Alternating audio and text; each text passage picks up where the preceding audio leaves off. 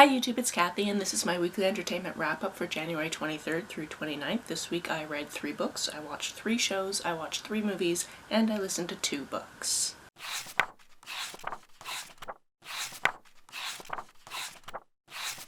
First this week I read Momo. This was translated from German. It's a children's classic of sorts, and it was also the 3rd book on my 12 challenge. This book was also written by the fellow that wrote The Neverending Story, which was turned into movies, which I definitely saw as a child but cannot remember at all. This book is about a little girl named Momo who moves into this city that has a ruined amphitheater and decides to live in that amphitheater, and the people around her kind of go, okay, that's fair, if that's where you want to live, that's completely fine, and they kind of help her out here and there. However, they really like the fact that she is a fantastic listener, so people will just go and talk to Momo when they're feeling bad, and they'll feel better just by doing that. There's also a large variety of children in the area, and when they play with Momo, their games always seem to be so much better. In addition, she has a couple of best friends. They are both men who work. One of them is very slow in his speech because he never wants to say anything that's untrue, and the other one talks a mile a minute and lies all the time. Everything is going fine and dandy in this unnamed town until one day these men in gray show up,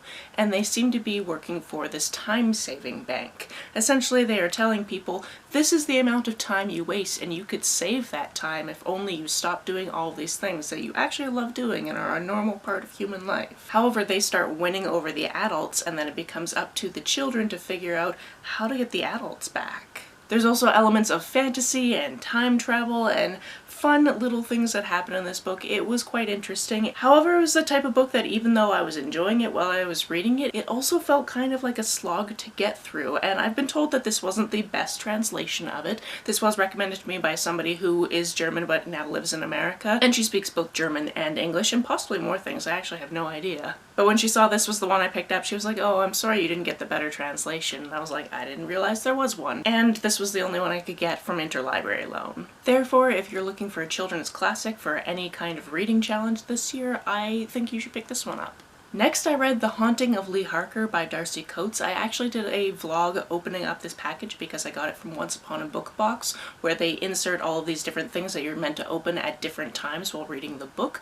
I actually made that video while on vacation, so I will link it in places in case you wanted to know what came with the book. Our vacation was also in a beautiful spot with no cell reception and no internet, so if you're looking for that kind of escape as well, that's a good video to check out. As you might guess, this book is about Lee Harker. She lives alone. She's lived in her house for about 15 years, and suddenly at the very beginning of the book, something else is in her house and she's trying to figure out what it is. And although when we meet her it's the first time it's happening, this goes on for weeks to the point where the police are called and they don't really believe the situation at all. She also ends up calling her estranged sister and kind of leaving a few voicemails because they don't really talk anymore, but she wants to talk to her again. And then about 100 pages into this took a big turn, and I very much enjoyed it, and I can't basically say anything else without spoiling that turn, but I really enjoyed this book. It was very dark, very creepy, very atmospheric, and I already knew I wanted to try reading from this author because I've seen great reviews so far, so I'm going to have to try to pick up more of her work because this was excellent. I also read Bad Luck Bridesmaid. This is all about a girl named Zoe Marks who has been the bridesmaid at 3 different weddings, except for those weddings never happened. She feels like she's very bad luck because if you pick her to be your bridesmaid, that wedding is not going to happen. She has this best friend named Hannah who's all about finding the one and opening yourself up to that possibility, whereas she's been really good at telling people at the beginning of starting things that she's not looking for a relationship.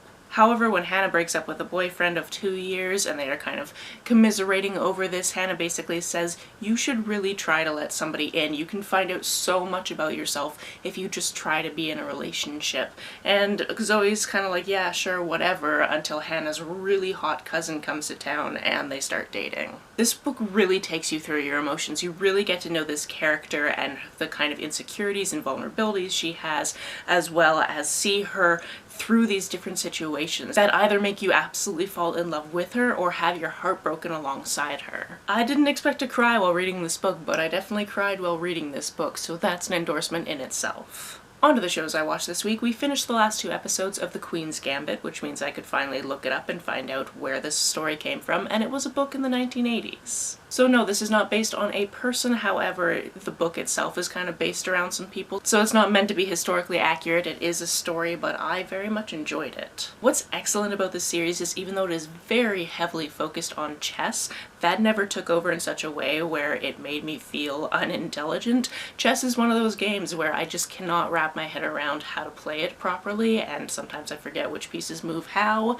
and then I get really frustrated. It's not a fun time to play chess with me because I just really don't like activities that make me feel unintelligent. However, this show tread the very fine line of showing us how exceptionally intelligent she is without making the audience feel unintelligent. Of course, I also stayed current on this week's episode of RuPaul's Drag Race, Season 14, Episode 4. In this one, the queens were split up into 2 teams, but they got to choose their own 2 teams this time, and they were doing super promos, so basically fake teasers for the season where they were just making up drama that was going to happen that would look really good in a really short advert. This overall was a pretty fun episode. I didn't enjoy how much they focused on the so-called rivalry between a couple of queens, one that can't shut up and one that keeps telling her to shut up even though that she should shut up sometimes too.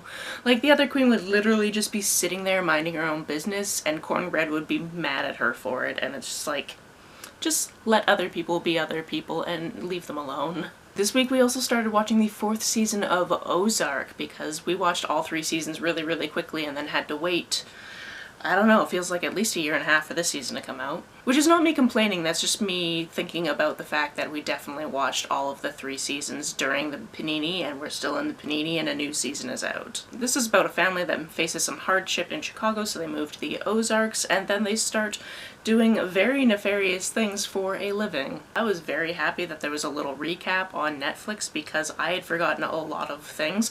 I had even forgotten that Laura Linney plays the wife in this show, which I should not have forgotten because I like Laura Linney a lot. But essentially all I had really remembered was the last maybe 3 seconds of the last season, so I was interested to see how that played out. There are a lot of very strong characters in this show, so even though it is hard to watch sometimes because you're just like, could you maybe not have a life of crime?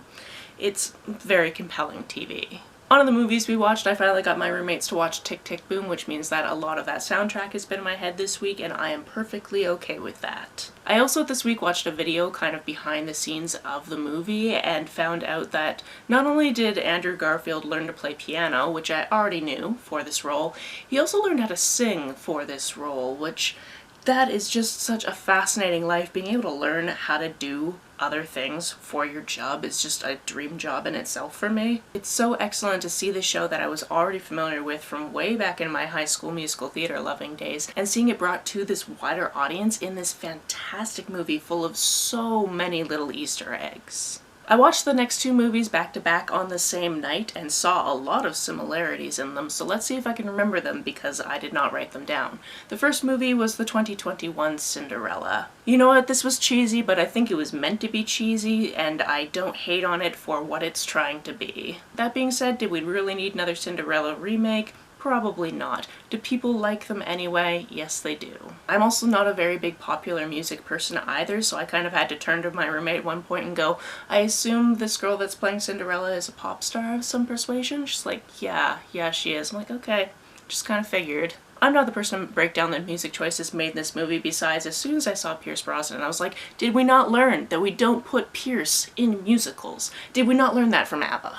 But at least his only singing was purposely terrible, so that's fine. The other movie we watched I had never heard of before. I just searched musicals on Netflix and then Topher Grace's face popped up in the thumbnail and I went, what the hell is this? And we played it. It's called Opening Night. It takes place backstage of a one-hit wonder musical that Topher is kind of the assistant stage manager of, or at least that seems to be his role. And we get to see some of the things that are happening on stage and backstage, which is a trope I really like. Obviously, I'm a big fan of things based in theater, so I actually really like seeing that sometimes. And it was also really fun to see Taye Diggs in this movie, because I haven't seen him do much. Now here's the comparisons I want to draw between these 2 movies. Both of them take music from other sources and repurpose them. Both of them have plots that you are very familiar with, and minus being able to call the exact minutiae of the side characters, you're going to be able to tell me the plot of these movies and how they end. In addition, both of these movies had at least one major cast member that is not a singer. and both of them fine for what they are, but they're not examples of high cinema. I am absolutely certain I had more parallels on the day when I watched them, but they elude me now. On to the books I listened to this week, the first one being Mediocre. This one is all about the mediocre white men that thrive in America. What I liked about this is it's a combination of the author's lived experience as well as talking about historical figures that you've probably heard of or potentially have heard of, but you see them in a completely different light. As we're probably aware, history is written by the victors, and they will obviously leave out all of the shitty things that they have done, so this is kind of a way to figure out some of the shitty things that have happened. To the surprise of no one. It's getting to the point where we're just really not surprised by all of the crap that has gone down. I'm also on the lookout for a book that does this, but with Canadian history, so if you have any suggestions for me, please let me know down below. The other book I listened to this week was The Last Place You Look. This one is a mystery thriller, and our main character is actually a private detective, which is a trope that, again, I really enjoy. She is hired one day because the sister of somebody who is on death row thinks she saw somebody from their past that could exonerate her brother. This means our main character, Roxanne, goes to this very small town and is basically immediately met with this wall from local law enforcement who are just like, you don't need to be here, get out of here, we solved that case 15 years ago, he's gonna die, it's fine. Our main character is also dealing with the fact that about 9 months previously her father, who was a cop, passed away, and they had a very rocky relationship. And she's been dealing with it in a few ways, not all of them positive. I enjoyed this. There were some twists and turns. There was queer representation, which I did not expect, but thoroughly enjoyed when it showed up. And this book felt like it was really good at keeping the stakes fairly high throughout, which I appreciated.